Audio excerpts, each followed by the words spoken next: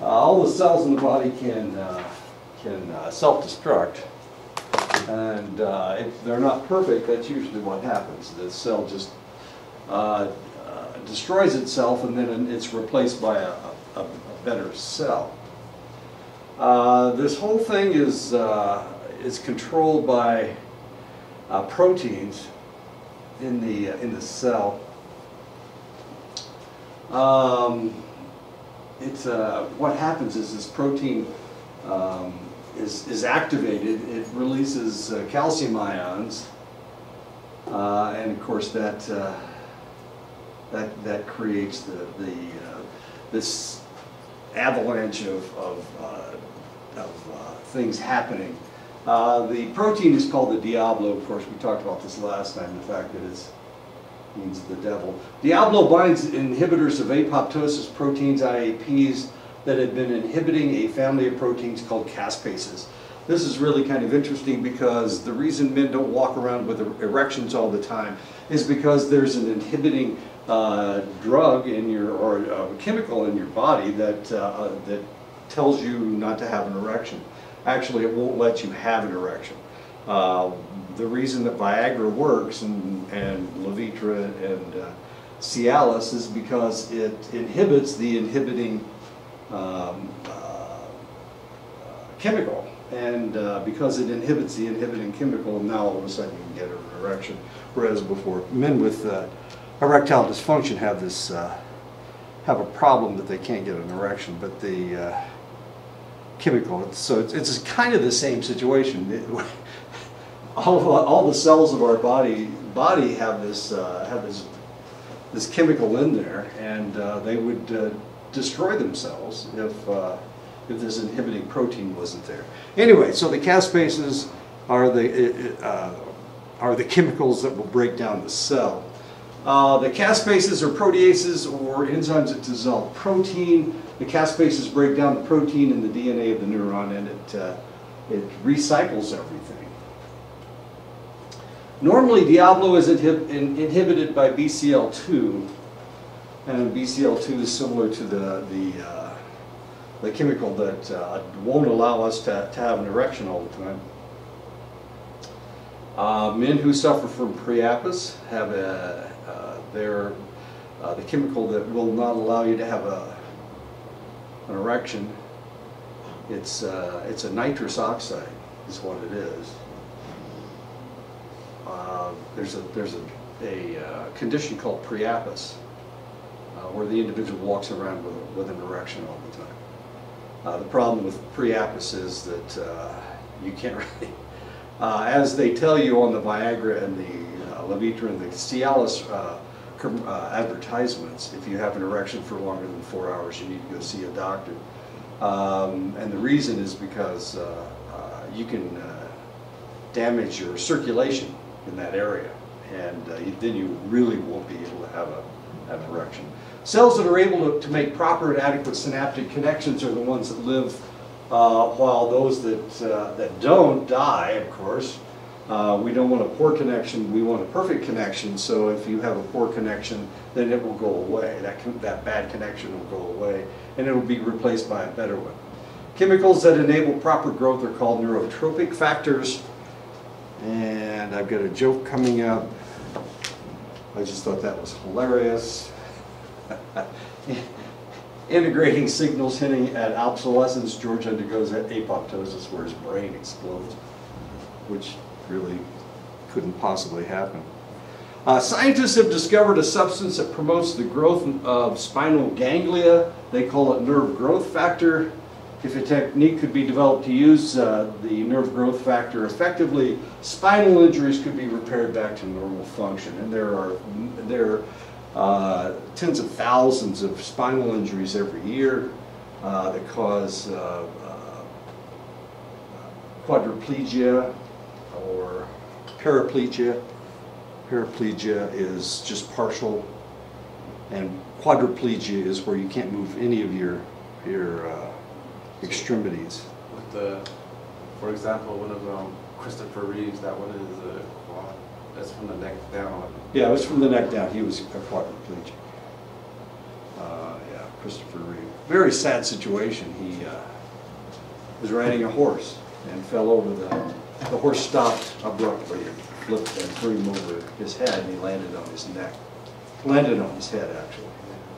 The top of his head, which Christopher Reeve. He's dead now. He died, I don't know, 3 or 4 years ago, I guess. He was doing okay, but breathing was a problem for him, and they had to clear out his airway from time to time because he couldn't cough. He couldn't clear it himself. He really couldn't breathe on his own. He had a breather, and they cleared it out, and he clogged up right away, and they didn't realize what was going on. He choked to death.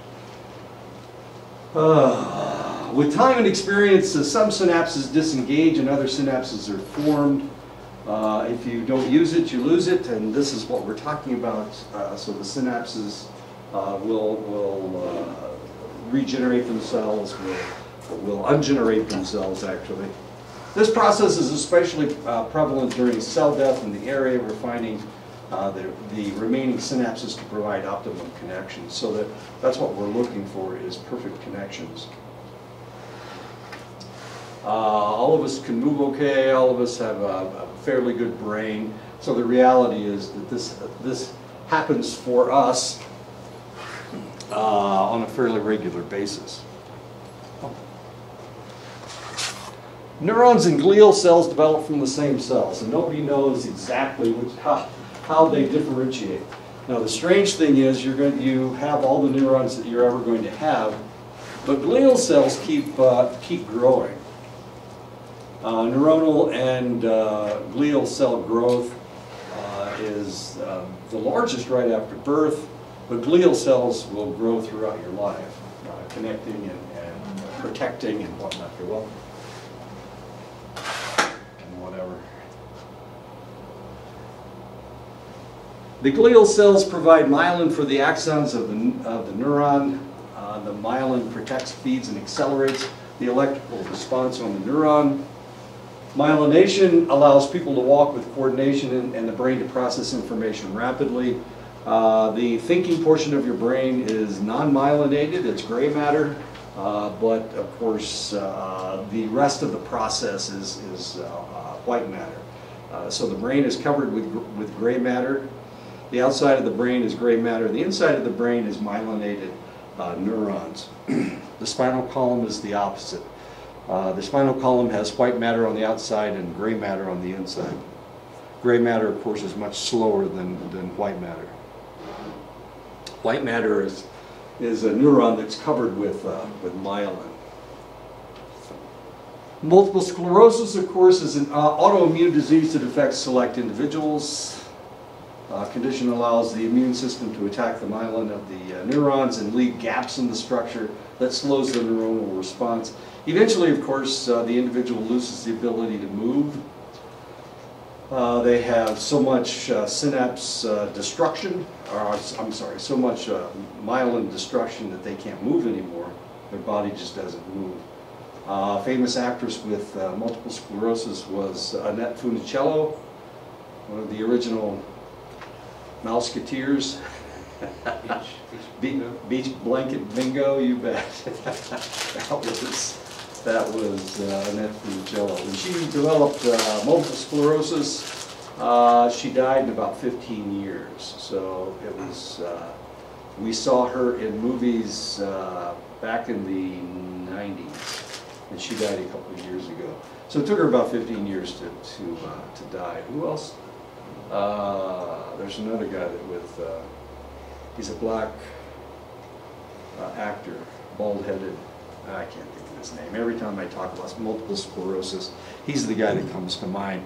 He tried to fight it by lifting weights and going on a special diet. Didn't work. You know, these synapses, or these the myelin starting to break down. It's an autoimmune disease. There's no way you can control it. I guess you can.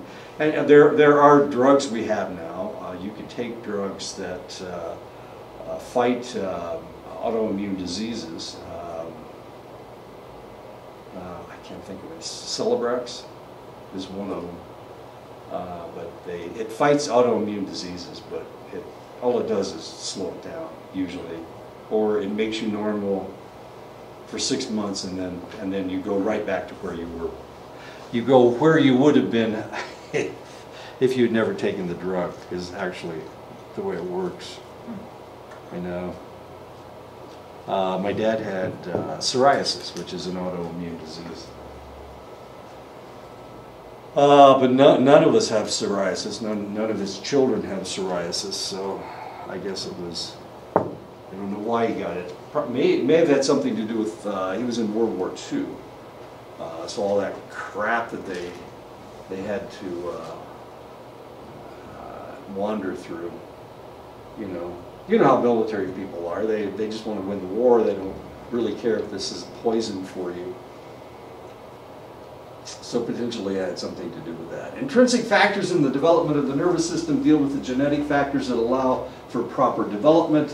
When genetic aberrations occur, it can cause abnormal brain development. And we see this in a disease called Tay-Sachs disease. Tay-Sachs disease is a genetic problem on the 15th chromosome. It's a flaw in the 15th chromosome. We see it in select populations. It's not your population, so you don't really have to worry about it. It's not my population, so I don't have to worry about it. It is prevalent in a group of individuals who are from Eastern Europe and Russia. These individuals are Jewish, and because the Jewish people in that portion of the world could only marry within their own group, this disease started repeating itself.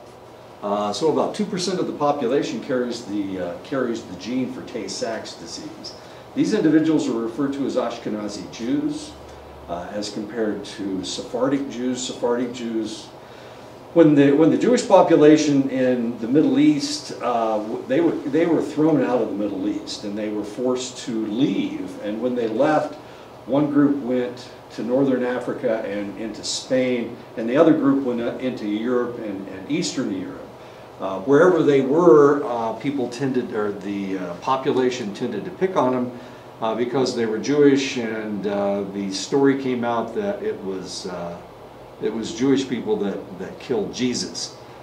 So there were, in a lot of cases, the Orthodox religion was very, very negative toward the Jewish population, and they would go through and butcher them from time to time.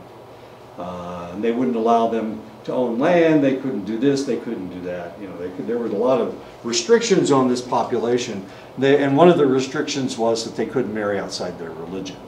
And of course, they had the same restriction. They didn't want anybody to marry outside the religion. Kind of like you guys don't want.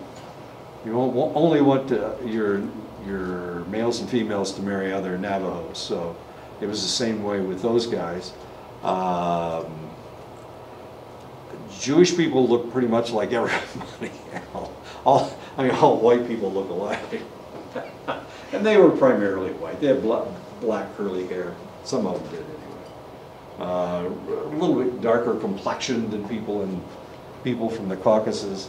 Anyway, those they had a lot of, and you can't really call it inbreeding, but of course the Navajos have dealt with this problem, with the possibility of a mutated gene causing problems with the clan system. So you can only marry within select clans, and you guys have really strict rules about who you can marry and who you can't marry. Well, the Jewish population didn't have those strictures, and of course Tay-Sachs disease is one of the outcomes. It's a real ugly death. The baby is born normal. You can't tell that there's any problem. You have to do genetic studies in order to see it. The individual about the 2-month mark, they start having movement problems. By the time they're 15 months old, they can't move at all, and they haven't grown at all, and they just die because they can't breathe anymore. So all their neurons are degenerating. Really sad, sad disease. And we don't see it in that frequently. It's, like I said, it's about 2% of the Ashkenazi Jewish population. How do we know who is Ashkenazi Jewish? Those individuals speak Yiddish, which is a mixture of German and Hebrew. Anyway, so there are a lot of Ashkenazi Jews in New York City, and mainly it's because they were kicked out of Russia. For the longest time, the Russians wouldn't let them leave because they were slave labor. In essence, they were slave labor. But finally, one of the czars decided he would allow them to. He didn't like them, so he wanted them to go away. So he let them leave, and as soon as they opened the gates, they all fled to Israel. They fled to the Middle East, and they fled to the United States. Anyway, an ugly story about a really sad situation. Another problem on another genetic flaw is Down syndrome. Down syndrome is caused by an extra chromosome on the 21st pair. It causes some degree of intellectual disability and some body abnormalities. If someone is born with Down syndrome, you can tell right away because of the facial structure. They tend to have a moon face, a round face. They also have extra fat pads underneath their eyes. Epicanthic fold. This is your epicanthic fold right here. Well, whatever you've got underneath your eyebrow is an epicanthic fold. Asians tend to have thick epicanthic folds, so they call that, well, I won't tell you what they used to call it. They don't call it that anymore. But it's an extra fat pad underneath their epicanthic fold. My sisters had, they looked almost Oriental, Asian, because of they had an extra fat pad under their epicanthic fold. Epicanthic fold, it's right underneath your eyebrow. You can look people and see if they have it. You don't have it. I have it. You do? Oh my goodness, you look almost Chinese. Congratulations. You look like one of my sisters. There you go. Anyway, that's Down syndrome. There are extrinsic factors for problems with children. The mother was malnourished when she was giving birth, or while she was in gestation, while the baby was maturing in her stomach. So malnutrition is a possibility. Fetal alcohol syndrome is another one. With all the other drugs out there, there is always a possibility that they will cause a problem. Individuals that are on speed, for example, malnourishment is very common with these individuals. It also interferes with the baby's growth because it is a vasoconstrictor. Fetal alcohol syndrome, the alcohol will go directly to the baby. As it turns out, this is something that we discovered at Boys Town Institute. They were doing research with fetal alcohol syndrome. One of the things they discovered was that the immature brain tissue of a growing fetus has an affinity for alcohol. So if there's alcohol in the area, it goes right to the brain tissue. As sad as that is, causing the fetal alcohol syndrome. Another problem is hypoxia, induced intellectual disability. I had a neighbor, as I was growing up, when she got married, she just exploded. She must have gained 200 or 300 pounds. Fat as a round and fat. She could barely walk. She got pregnant. You couldn't tell it because she was so obese. When she gave birth, the birth canal wasn't big enough. This was a really serious problem. And there were other problems. The baby ingested fecal material as it was coming through the birth canal. They had a difficult time getting the baby out of the birth canal. The umbilical cord was wrapped around the baby's neck. I mean, anything that could have happened, and the baby had intellectual disability due to hypoxia. Hypoxia means not enough oxygen. And everything was going against this kid, unfortunately. His mother was just huge. She had married a biker dude. I don't know if that had anything to do with anything. But he left pretty soon after she gave birth. Oh, what a mess. Anyway, so the baby was really in bad shape. It did survive, and she dedicated her life to this child. And it's, you know, he's functional. He's certainly functional. Some of the intrinsic factors are referred to as the genotype. The genotype plus the extrinsic factors represent an individual's phenotype. The phenotype is what we see. The genotype is what's hidden, and the phenotype is what we see, primarily. When mutations take place in a species' genetic history, the mutation most often creates a maladaptive circumstance. But on the rare occasion when the mutation is actually useful to the species, the mutation will be reproduced in the offspring. Once upon a time, there was a mutation of eye color. It was about 10,000 years ago. Everybody had brown eyes, just like all gorillas have brown eyes, just like all dogs have brown eyes. Well, they don't now. But there was a mutation where the individuals had blue eyes. Well, evidently somebody selected for blue eyes, and if somebody had blue eyes, they just went gaga over this individual, and then they reproduced with that individual, and then they had more blue-eyed children out there someplace. So that's where blue eyes came from. I mean, 10,000 years ago there was a mutation. Now we have gray eyes, and we have hazel eyes, and all kinds of interesting colors. I have no idea what color hazel is. I know what a hazelnut looks like, but it's brown. I don't know what hazel is. But okay, so if it's something that is positive, then usually it will be reproduced. Experience is an important factor in brain development. The human brain is only 1/4 its adult size at birth, yet few new neurons are added after birth. The reason for the exceptional growth is due to the dendrite growth and myelination. Dendrite growth and myelination are induced by experience with the various muscles and sensory organs in the body, and this is one of the reasons why they tell you to stimulate your baby as much as possible.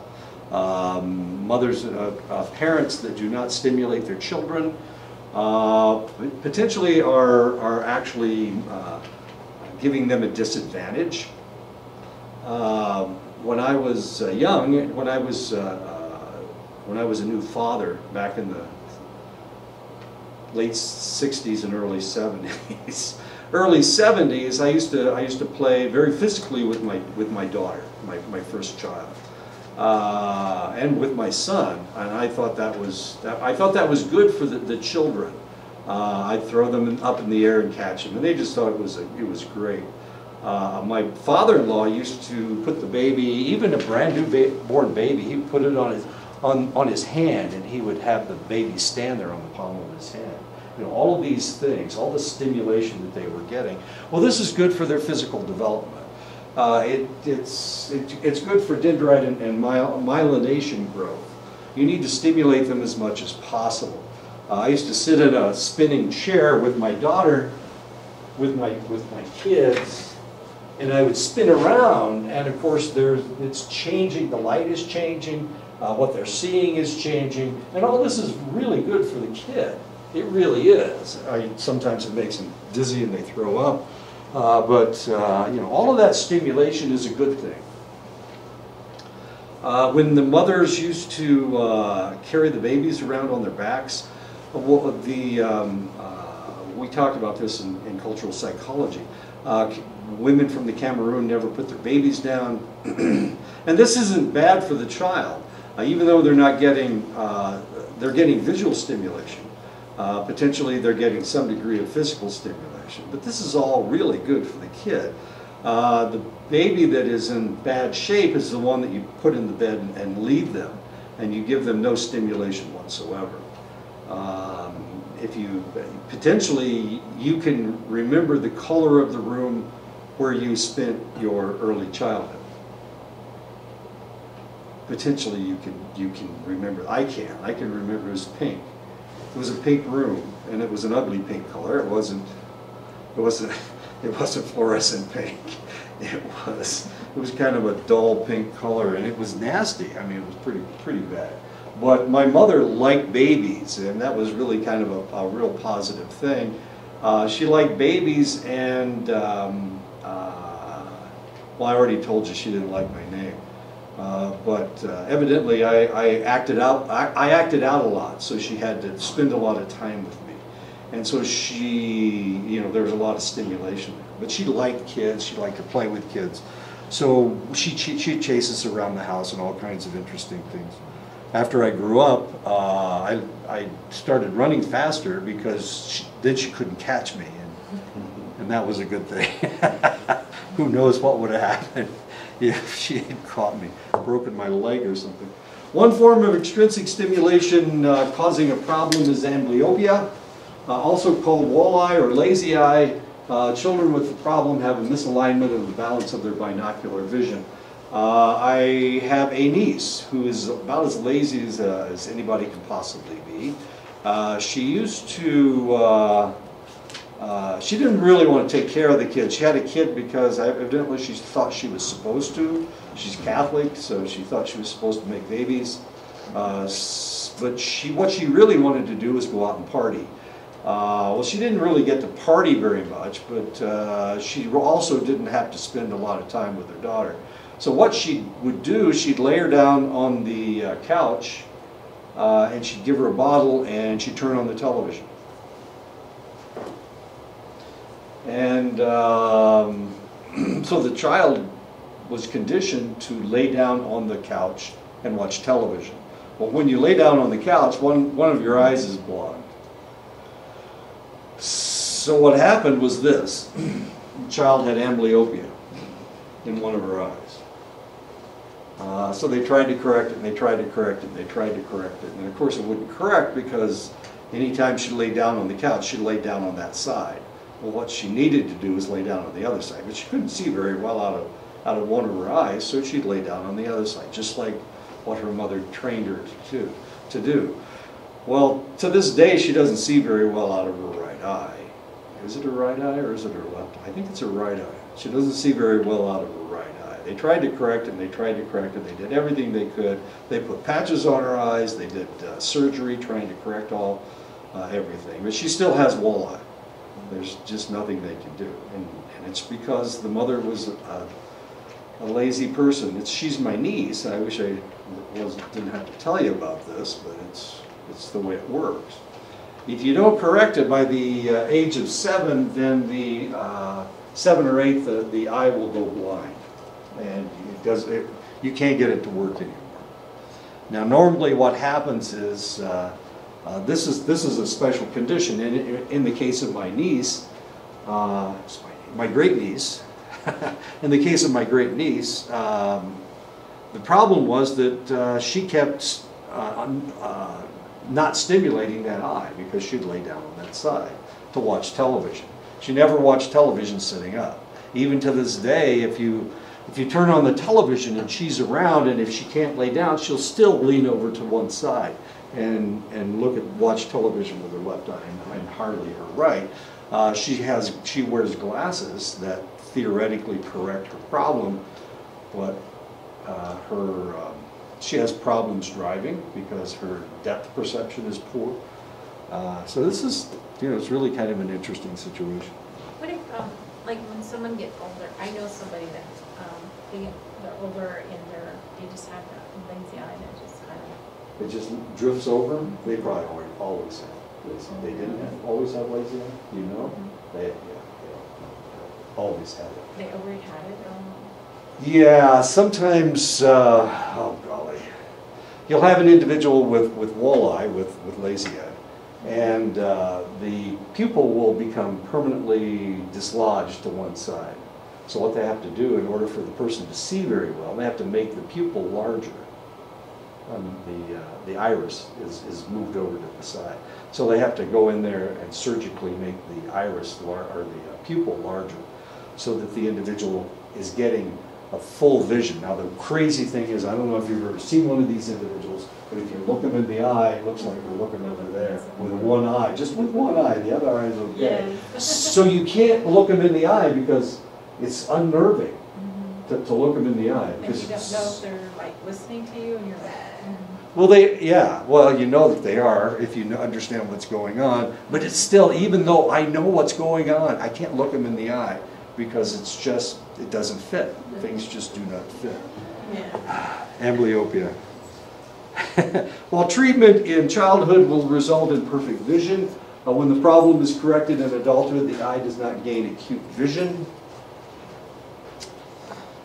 This is because when the problem is allowed to remain the same over time, the neural connections in the brain from the weak eye are not as intricate, and of course this is a really serious problem. And that's what's going on with my niece. They did, like I told you, my niece, my great niece, my niece is pretty lazy, so she wouldn't force her to wear the patch.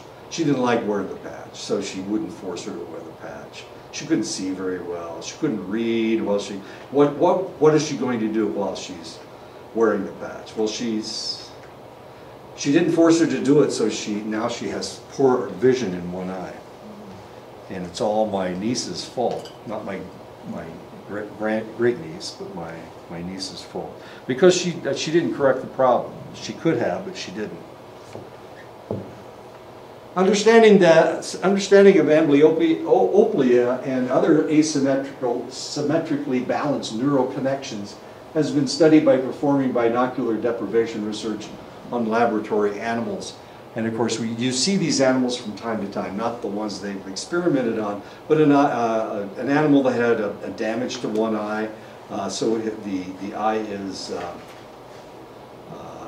non-functional. I had a cat with one of their eyes was clouded over, so they could only see out of one eye, probably. I mean, we couldn't ask them, can you see out of that bad eye? You know, that kind of a situation.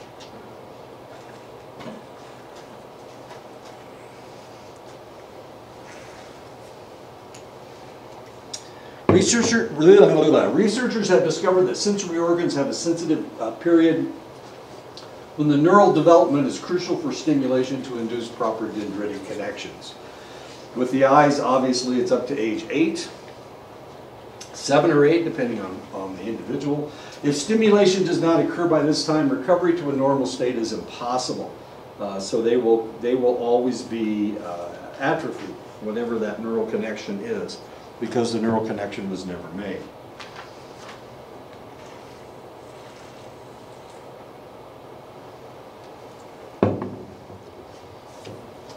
To understand why people tend to have a dominant eye, it must be remembered that each eye represents millions of receptors vying for attention in the brain.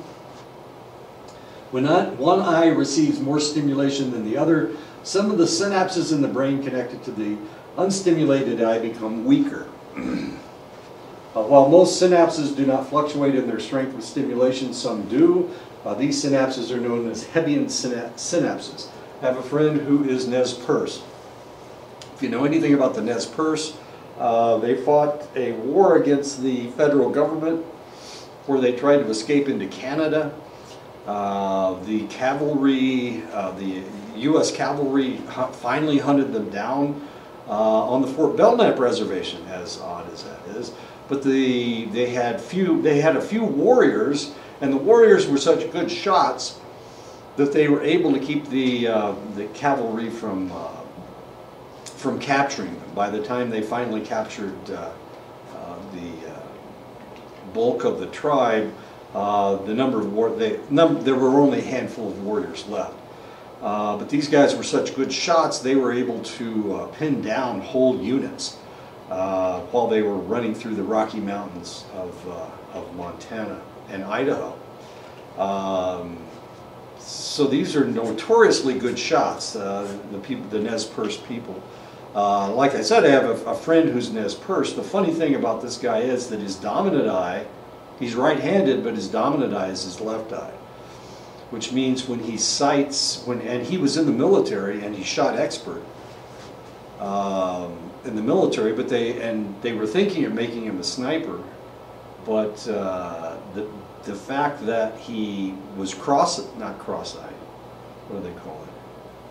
Anyway, when he sighted his M16, they were using M16s back then. When he sighted his M16, he had to sight with his left eye, even though he was holding it on his right shoulder, and he was kind of cross-headed and cross-eyed is what it was. Anyway, but he was still an excellent shot. He shot expert, despite the fact that he was not shooting correctly.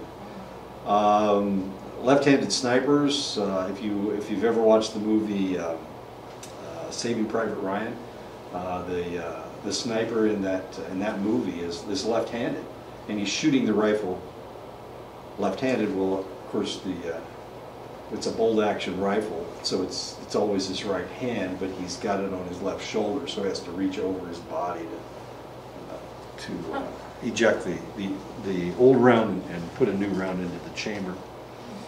Yeah, it's not very common. Left-handed snipers, because the ejection port is across their body, so it's the same way with an M16. So a left-handed person is shooting the rifle this way, and all of the cartridges are shooting out this way. If it's this way, they're all shooting away from you, and you don't have to worry about them. But if it's, if you're left-handed, they're all shooting back in your face, which happens, and they'll go down your shirt. I mean, they don't always come out clean.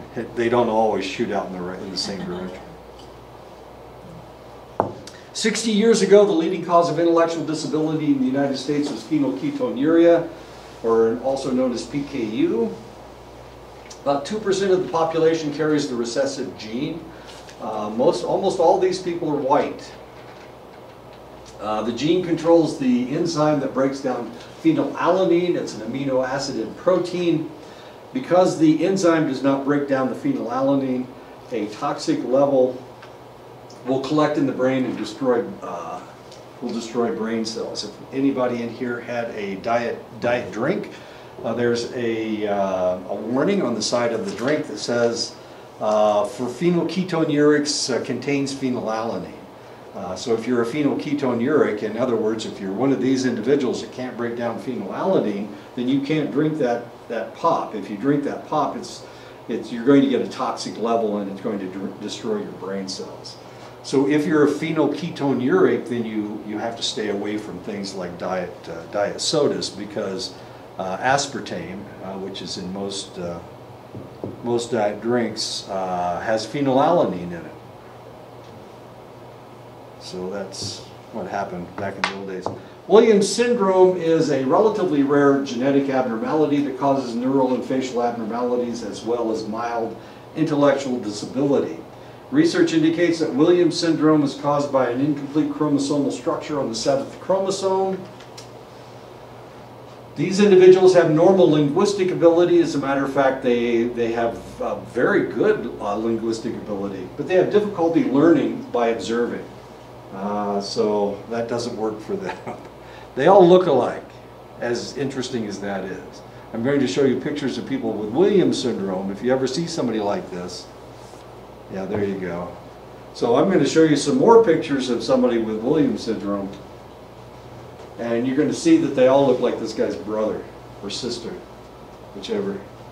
Individuals with Williams syndrome have very characteristic facial features. They have broad foreheads, small eye openings, low nasal bridges, nostrils that point forward instead of down. They have long areas between the nose and the upper lip. They have full cheeks. They have large downturned mouths.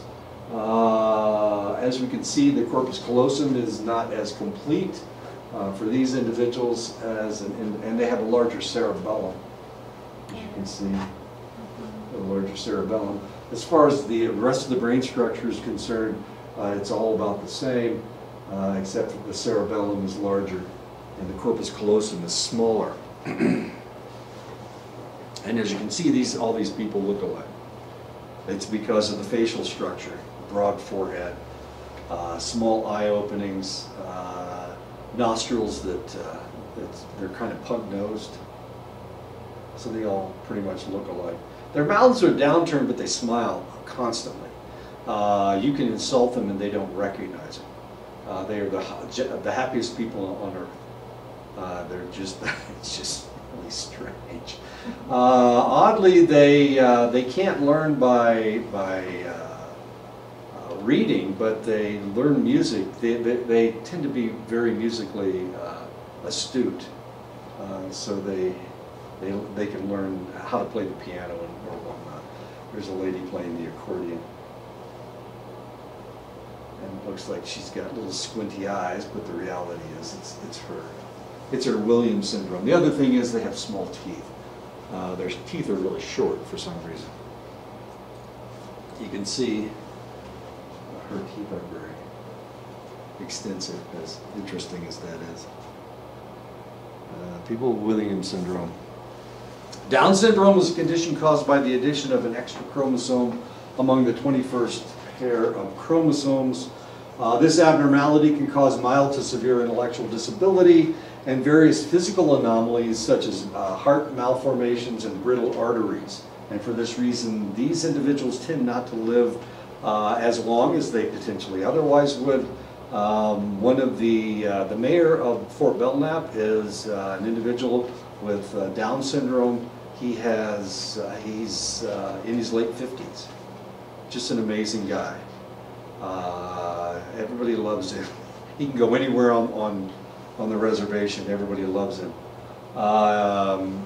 He learned my name while I was there. Of course, I was there for 10 years. He learned my name, and one time we were at a powwow, and I was on one side of the powwow circle, and he was on the other side, and he saw me, and he started yelling, Bruce, I see you, hi, it's me, Danny, you know. And he ran right across them. They were dancing, and he ran right across to give me a hug, and everybody thought that was kind of cool. Yeah, he's really cool. Everybody loves him. He gives everybody a hug. I mean, he's a hugger, so that was kind of nice.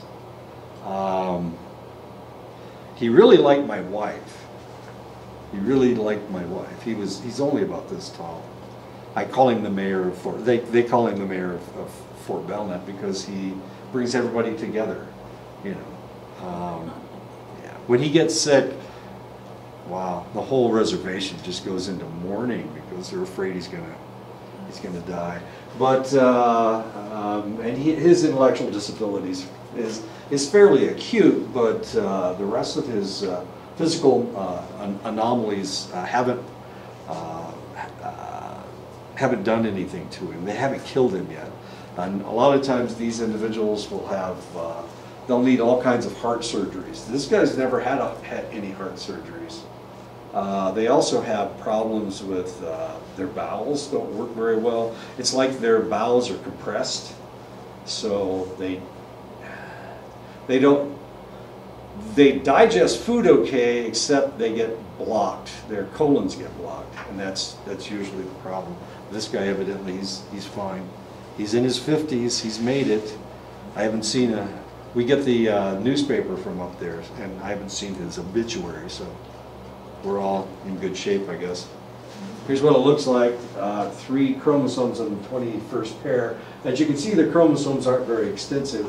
On the 21st pair of chromosomes aren't very extensive. This is a little girl, as you can see. She's got 2 X chromosomes. Trisomy 21 is more prevalent in older women, probably because of the age of the ova. You are born with all the ova that you will ever have. So when you ovulate, this is an ova you've had since you were born. Research shows that individuals with trisomy 21 have abnormal formations of their dendritic spines, making it more difficult for these individuals to learn. This is one of the reasons why teenage pregnancies are so prevalent. The ova is fresh. The window of, we talked about this last time, the length of time that the ova stays mature is longer for somebody who is young. As you get older, of course, the window gets smaller and smaller and smaller until at the end of your, just before you go through menopause, the probability of fertilization may only be 3 or 4 hours. So as you get older, it's much more difficult to impregnate somebody. As she gets older, as he gets older, it really doesn't make any difference. He continues to make, to manufacture sperm, so he can reproduce into his 90s potentially. The most frequent form of inherited intellectual disability today is Fragile X syndrome. In the old days it was PKU, now it's Fragile X.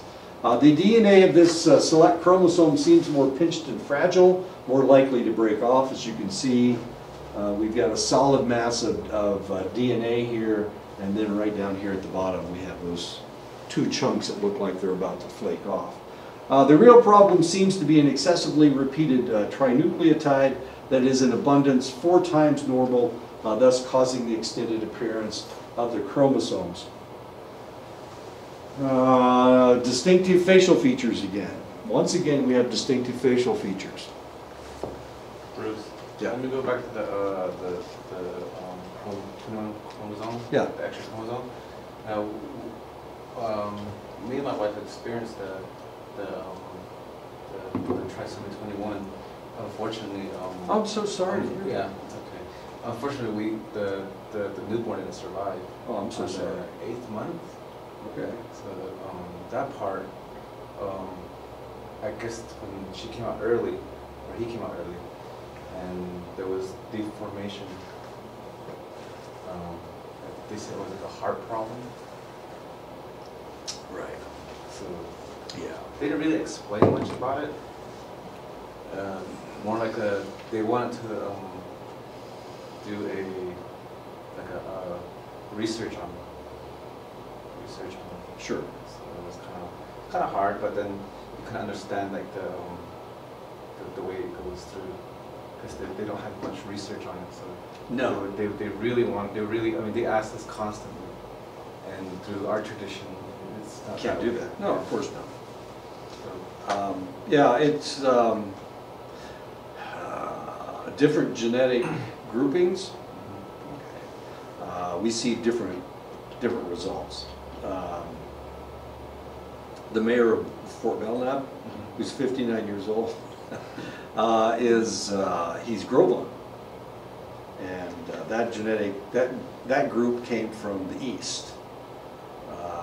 Potentially, they were up in Canada, on the east coast of the United States, and they swept down this way. The Cree and the Chippewa and the Cree, and the Ojibwe and the Anishinaabe, the Cheyenne, Blackfeet, they're all Algonquians. So that's a totally different genetic structure.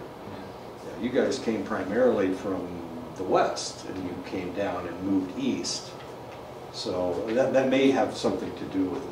The reason they had heart problems, all these guys have heart problems to some extent, but it's the brittle arteries that are the problem. A heart attack is where your artery gives out.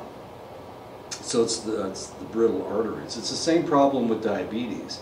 People with diabetes have brittle arteries. So, one of those things gives out, and your heart dies. So, yeah. I'm so sorry to hear you had the problem. they didn't really. I think we were probably not familiar with the medical terms on it, so they were using these terms when they look it up, and you kind of like, okay, what did they say then? And to look back at it, and kind of like, I think the more information that we got were from probably, there was a representative. She followed throughout the whole procedure from Farmington to Albuquerque to Phoenix. Right. So she was always there until at the end. They wanted to do research, and we just couldn't say. No, you can't. I think that's why she kept following us, because it was kind of like this was her chance to actually retrieve some specimens and stuff like that. We said we just turned her down. So I think that's. But they didn't really follow what was the cause of it. So we kind of like went on our own, and with traditional, you get the traditional aspect of it, and then later, we want to know the medical side of it too. So Right. it's kind of like just following it. Yeah, here you go. And it causes a lot of really serious problems. Intellectual disabilities can be hardly at all or extreme.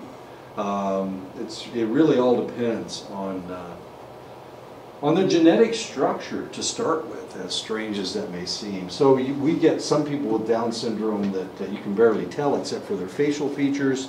You get some individuals that get a real serious blockage in their colons. You get other individuals with really serious problems at the heart.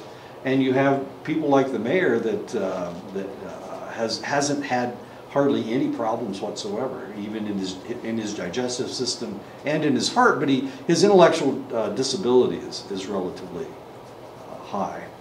So you just never know about this stuff. A lot of times it has to do with genes. These are individuals with Fragile X. As you can see, these two people look alike. They're not related. And they look very similar to this kid, that kid right there.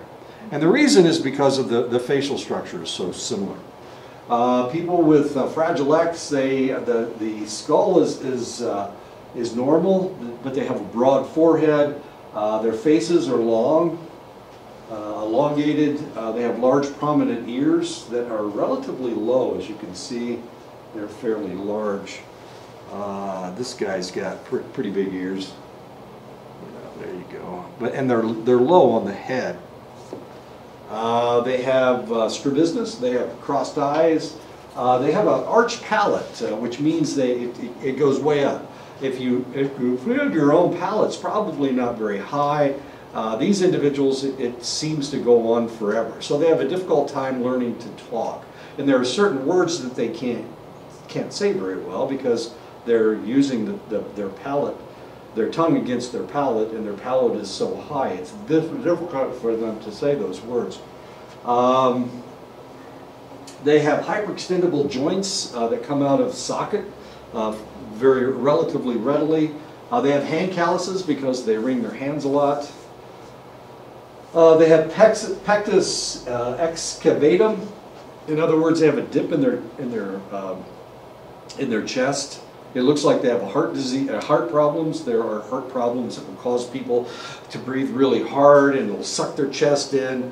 So it looks like they have a concave chest. Well, these individuals have that. They have this dip in their chest right above their sternum. Mitral valve prolapse, benign heart conditions that usually won't kill them. If it's a male, they will have enlarged testicles. Their muscle tone is really poor.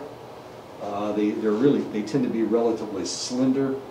They have soft, fleshy skin, flat feet, and some of them will have seizures. Only about 10% will have seizures. And it really all depends on whether that X chromosome has broken off or not. If it does break off, it's usually a male that will have the problem. If it's a female, then even if it breaks off, then she'll be fine. The male is much more severe because he only has one X chromosome, and if the chromosome is incomplete, then his intellectual disability will be relatively severe. So this can be a really serious problem, as interesting as that is. About 40% of children born to alcoholic mothers show a distinctive profile of anatomical, physiological, and behavioral impairments known as fetal alcohol syndrome. There's also what we refer to as fetal alcohol effect, where they're not quite as extreme, but we know that they're there. Who was I talking to? Wait a minute. Oh, my son. My son has a person in his class that has fetal alcohol syndrome.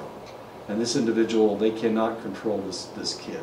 But they won't do anything about it. The administration won't do anything about it because the parents have complained that they're not treating their child correctly. Well, this kid is just a mess. Just a mess. No, it's my daughter. I'm sorry, it's my daughter. And for some reason, they're letting this kid take chemistry even though they've never passed anything. And she kicks it's a male. She kicks him out of class just about every day because if he's in the classroom, he's relatively disruptive, and if he's disruptive, nobody can learn anything. So she kicks him out of the class almost every day. He also comes and goes at will. So he's going to school, but he's not learning anything. He's rarely staying in the classroom. He's usually just walking up and down the hallway. But when he isn't, he likes my daughter. So he disrupts her class.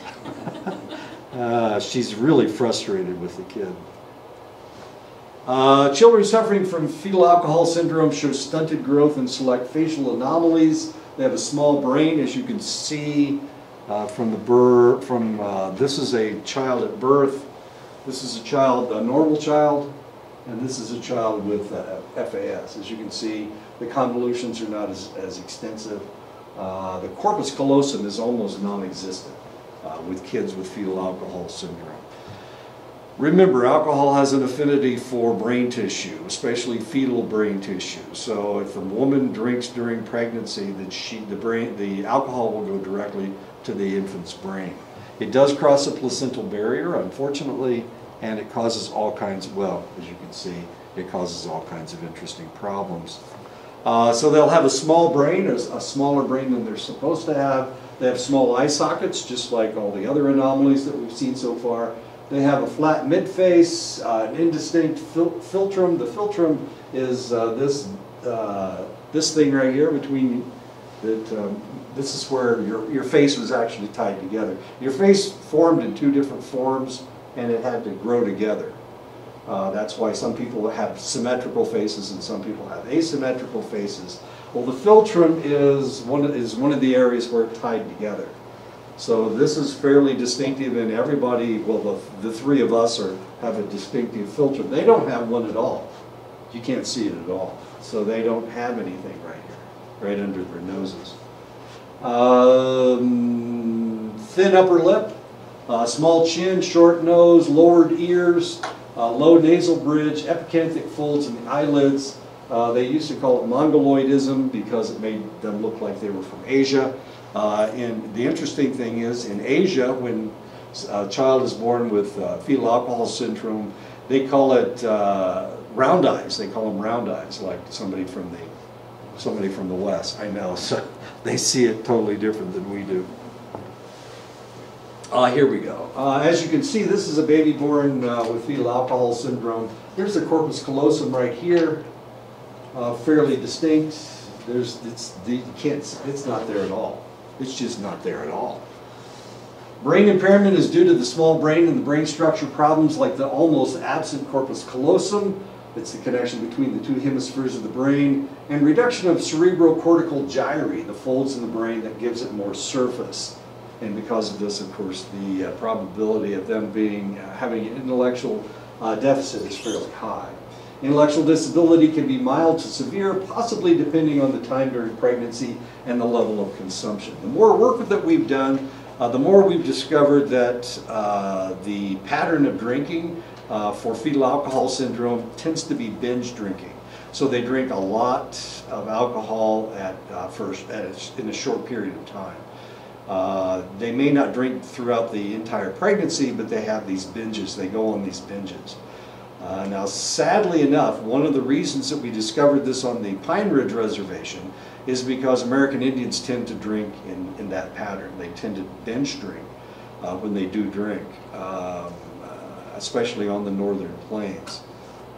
So this is how we discovered it on the Pine Ridge Reservation, from these women that would get drunk on the weekends after they got some money to drink. So they would get drunk like every week. I mean, it's not like they're drinking every day, but it caused the most damage to the brain. Now, oddly enough, these are pictures from Germany. It's really interesting because most of the pictures are individuals with black hair. A lot of Germans, Germans have there's a lot of blonde-headed Germans. There aren't very many black-headed Germans. So who are these people that they took all these pictures of? They're gypsies. They hate gypsies in Germany. They tried to exterminate them during World War II, but the gypsies are pretty good at hiding. But all of these individuals are gypsies. These 6 are gypsies. These are 2 German children. Besides intellectual disability, children with FAS also show such neurological abnormalities as hyperactivity, irritability, and tremulousness. So we see a lot of kids with ADHD may potentially be FAS or FAE children. If it's not a complete syndrome, they're still going to be ADHD if they have fetal alcohol effect. And usually that's the effect we're talking about, is hyperactivity, so they're ADHD. Studies also seem to indicate that marijuana may have the same effect as alcohol. And what was I reading? It was in High Times. It was an article from High Times. And of course, they want the legalization of marijuana. But they were talking about pregnancy, and they said, don't do it. Don't smoke pot during pregnancy. And this was a pro-pot website, and they said, don't do it. We're not exactly sure what effects it has, so just don't do it.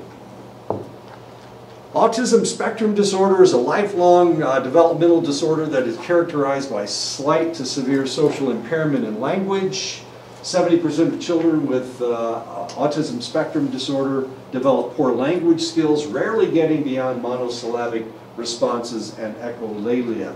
That's not true anymore. 70% of them do have some type of poor language development. But in the old days, this was very common because we didn't know how to work with children with autism spectrum disorder. Now, of course, it's not that common to see a child with autism who doesn't develop some language skills. But they do have poor language skills. Last night, there was a television show on. It was the new one about God Friended Me, which I find just fascinating because it's about tweeting and twittering and all kinds of strange online things. Anyway, I was watching it. My wife just loves this television show. I was going to watch something else. My wife's gone, so I can watch any damn thing I want. But I watched it last night, and it was about a kid with autism who didn't have any language skills. But he did learn to play the piano, and she had never stimulated his musical ability. And here he automatically knew where all the notes were. Of course, it's 88 keys, so all he has to do is remember 88 sounds. Anyway. But he didn't have any language skills. He couldn't talk. And he wouldn't make eye contact. Yeah. Which is very common with these guys. Autism spectrum disorder doesn't have to correspond with any mental deficiency, but the lack of social interaction may impair the diagnosis, and that's usually what happens with somebody with autism spectrum disorder. You can't test them because they won't react. They don't respond to that type of stimulation. So it's just like a kid that wasn't around someone speaking to them, or No, this is automatic. This is when these children are born, it just drives you crazy. You know, usually you can grab a hold of the kid and hold them up against your body, and they'll curve their body so that they'll cuddle with you.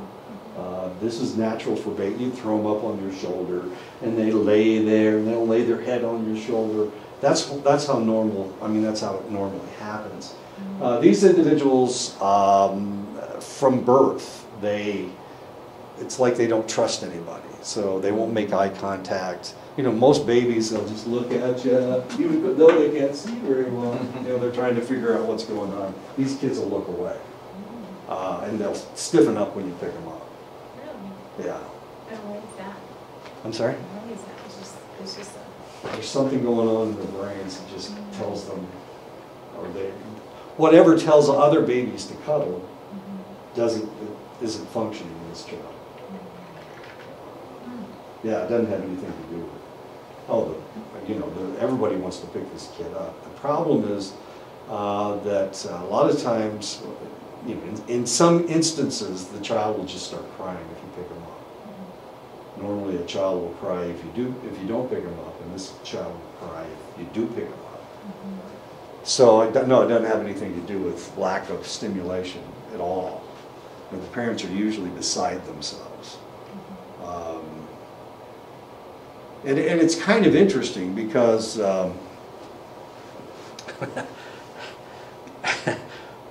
parents won't bring these kids in until they're 2 or 3 years old.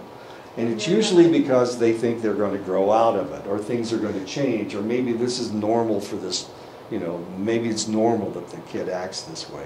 Maybe the kid's colicky, they make all the excuses in the world to rationalize the fact that their child is normal. But they're not normal, and they don't. Unless they've had other kids and they know how kids react, a lot of times they just ignore it.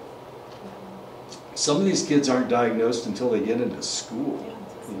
Yeah, and it's really sad. We had a set of autistic twins on Fort Belknap. And they were 3 before they were diagnosed. And the reality was, the mother and the father, well, the father was gone, but the mother was raising these kids like there was no problem at all, but she couldn't get them to eat. They didn't even sit up until they were like 6 or 7 months old. They didn't start walking until they were 2. All of this stuff, they had all these developmental delays, and she didn't even acknowledge it. So they finally discovered it when she took them, she had to take them in for, she was trying to get welfare for the kids, and she had to take them in to have a physical. And at that point they discovered, she'd never taken them in to see a doctor. But as soon as the doctor saw them, and he tried to touch them, wow, they just went insane. So yeah, that's how they diagnosed it. And then they had to retrain her to treat her children differently. Because what you have to do is you have to demand that they make eye contact with you. I mean, these kids were almost feral because she couldn't handle them. And wow, it was just a mess. Just a real mess. It doesn't have anything to do with stimulation, because this lady she gave up her job so that she could, and that's why she had to go on welfare, because she didn't have a job. And she was a firefighter. Yeah, but she was, she only fought fires in the summer. And her mother took care of the kids. And her mother kept telling her that there's something wrong, but she was in denial the whole time. With twins. Yeah. You had something else? Oh, yeah, I was just wondering how that symptom or the disorder, how does that, if they're just born with it? Yeah. And was it because of the mother drinking, or it's just genetic? Is it genetic? No. We don't know. It's just a genetic something. We usually see individuals with autism. So if you've got 10 kids, you may have 1 kid with autism. Well, that's what happened with Sarah Palin. Sarah Palin's son he has Down syndrome. He's not autistic. He has Down syndrome, I'm sorry. But, it just happens, that there's something going on. And we haven't figured it out yet. We're not exactly sure. But there are some people that just don't react to humans, to people very well. So these individuals they will be, it's not bad. It's a real minor, mild form of autism. And we used to call it Asperger's. I'll enlighten a little bit. Our son's like 6. We didn't discover it until like maybe 2. What is it? Because we knew the finer motor skills, like the walking, the eye contact. It was kind of off. So we took him in to check him over, and they say he'll grow out of it. And then when we went to school, he did the speech therapy. So he still continues that one, and he's doing really excellent with that. He can put into nouns and verbs pretty well. The sentence structure is still, and he's still using that, but he's I think he's doing his first grade this year. So he's pretty. We took him to a couple of specialists up in Phoenix, and they at the beginning he's like when we brought him in, he was just everywhere in the room. They couldn't test him. They couldn't do anything. So the following year we took him in. He did much better. Pretty soon we did after year we took him in, and we actually got to make contact with him, talk with him, and we diagnosed it with an autism spectrum, and that's how he's like he'll grow out of it eventually, but it's always going to be there for him. They don't grow out of it. Yeah, they get better. Yeah, they get better, but they don't ever grow out of it. A lot of college professors. The amazing thing is they can concentrate on something. Yes. Yeah, they have the ability to focus on something no matter what's going on around them. We used to call it Asperger's syndrome, but we don't anymore. It's called autism spectrum disorder.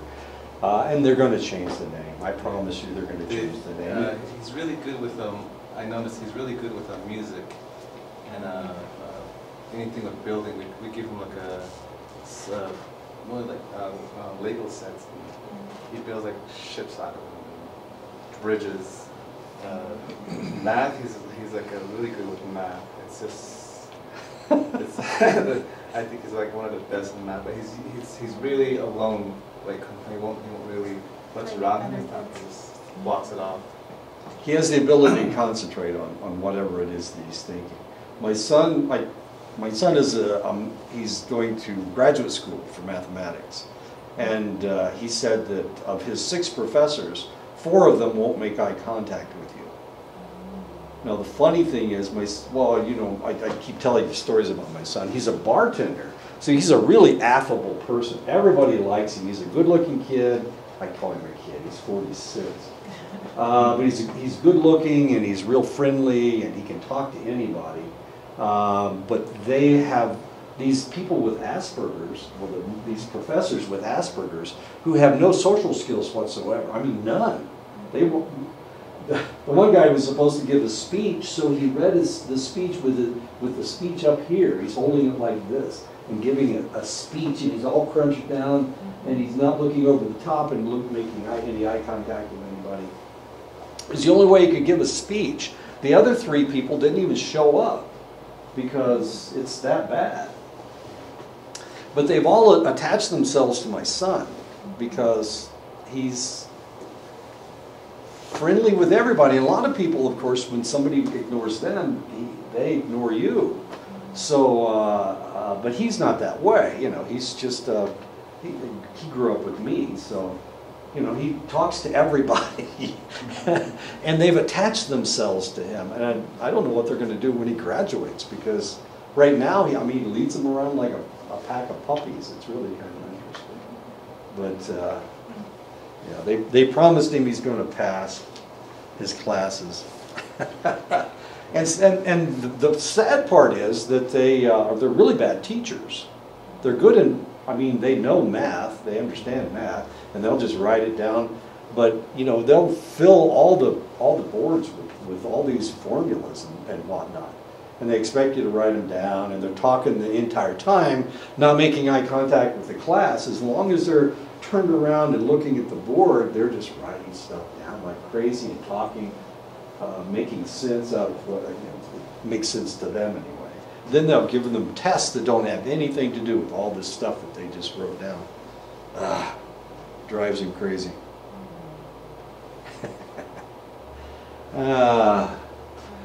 Okay, this is really kind of interesting because they did an MRI on a kid with autism, and this is how they reacted to strangers. They didn't react at all. Their brains didn't react at all. As you can see, there's nothing going on in their brains. So if a kid with autism came in and sat in that chair right there, and I tried to interact with them, the top part would be what was going on in this kid's brain, would not acknowledge me at all. No matter how much stimulation I tried to give him, and if I tried to touch this individual, he would go off because he doesn't want to interact with me. However, this is the same kid when they're interacting with somebody that they know. So as you can see, that's pretty much what autism is. Normally, when an individual meets a stranger, they scan their faces for recognition and potentially put this information into their long-term memory. However, individuals with autism show brain scans where they seek no recognition and therefore have a difficult time making new acquaintances. It's a real tough situation. How am I doing on time? Okay. 3 minutes. I got 3 whole minutes. Autism spectrum disorder seems to have something to do with brain organization. Practically all information is organized differently from a normal control. Autism spectrum disorder seems to affect 1 to 2 children per 1,000. It is far more common among male children than female children and seems to run in families. Autism runs in families. So if we see it once, we usually see it again. But if you have a series of siblings, then you won't see it. You'll only see it one or 2 times. So if you have a dozen kids in your family, you'll only see it a couple times. The rest of the kids will not have autism spectrum disorder. Various areas of the brain show abnormalities among ASD kids, including the corpus callosum. Autism spectrum disorder, formerly called Asperger's syndrome, seems to be a less severe form of ASD, where the individual does not suffer from language deficits, but has problems with social interactions. And I was telling you, there's a lot of college professors, a lot of doctors have this problem. And that's one of the reasons why doctors have such bad bedside manner. Some of these guys, the only reason they're doctors is because they remember a lot of stuff. There was a television show last year where the kid was autistic. I'm sorry, the doctor was autistic, and he remembered everything. He knew everything about medicine. He just couldn't interact with people, which is kind of strange. I've known a lot of doctors that were really bad at interacting, and people assume that they have the God complex because they think they're so much smarter than everybody else. But the reality is a lot of these guys have Asperger's syndrome. They're just really bad at interacting with other human beings. So, is that it? Yeah. Why don't we stop right here? We'll pick this up next time with brain and aging. I know. Okay, autism, it's really